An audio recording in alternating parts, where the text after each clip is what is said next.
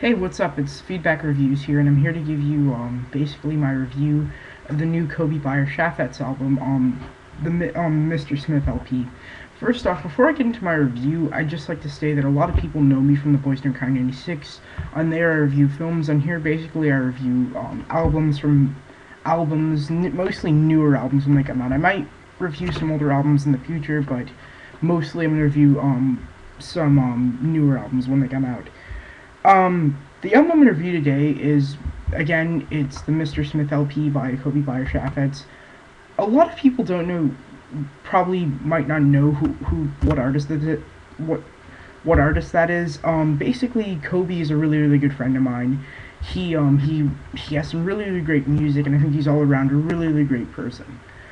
Well, he released his album today. It's on YouTube, and it comes out on iTunes May 1st. And I'll tell you right now, this is definitely one of the best albums of the year. And I'll tell you why it's definitely one of the best albums of the year. The thing I like about Coby's music is he's not one of those people who's definitely, trying to impress people. He's not really, he's not anything like that. He's definitely not pretentious. When he makes a song, he makes the song flat out like it is. And he makes it, I wouldn't necessarily say out of his personality, but he makes it because he likes making it. He likes making music, and this album definitely shows that he just loves making music. I don't think it's a perfect album. I have like one little problem with it, but I'll get to that in a sec. The thing that makes this album work for me is the song. I Think You Should. I Think You Should reminds me a lot of, I'd say, LCD Sound System's kind of music, and you can tell that he has a very similar voice to James Murphy, and I really liked how he did that.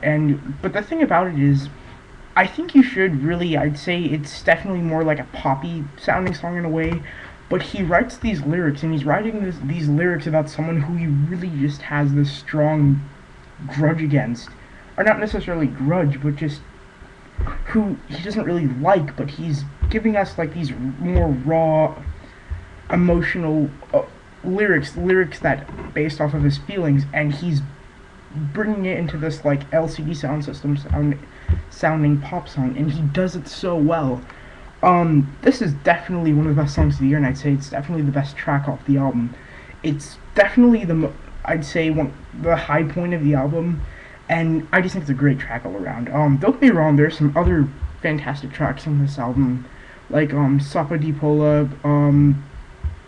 a lot of stuff. And I like Felicity Stargazer because it's a very experimental track, and you can tell that it has this really odd abstract sound to it.